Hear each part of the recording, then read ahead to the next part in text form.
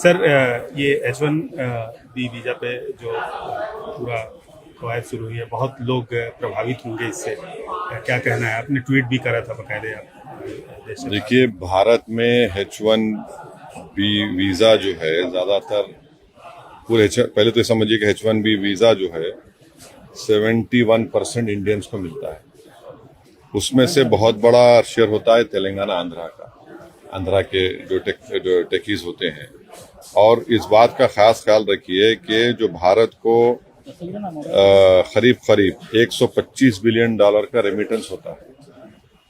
अब अगर आइंदा से जिस किसी को भी H1B वीजा मिलेगा और उसके एम्प्लॉयर्स को कहा जाए कि भाई $1 लाख आप जमा करवाइए, तो फिर इसका डायरेक्ट असर हमारे भारत के लोगों को पड़ेगा, नौजवानों को जो बड़ी मेहनत करते हैं और बड़े इदारों में, कॉलेजेस में जाकर अपनी तालीम को मुकम्मल करते हैं, और उसका बुरी तरह असर पड़ेगा।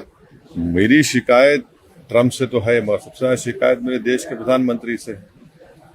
आपने अहमदाबाद में इतना बड़ा मीटिंग की, स्टेडियम में मीटिंग की, हाउडी मोडी किया आपने, ये क्या फायदा हुआ बताइए? और हम लोग क्या कर रहे हैं? मैं कोई पॉलिटिकल पॉइंट स्कोर करना नहीं चाह रहा हूँ, मगर भारत सरकार को और खासतौर से मोदी सरकार को सोचना चाहिए कि ये सब जो पाकिस्तान का मिलिट्री चीफ जाकर खाना खाता है ट्रम्प के साथ, फिर हमारे पड़ोस में हम देखते हैं कि पाकिस्तान और यूएस का ट्रेड एग्रीमेंट हो जाता है, ये सब इससे हो क्या रहा है? और फिर ये अगर इस पर हम कंट्रोल नहीं करेंगे तो फिर नुकसान हमारे इन बच्चों का होगा।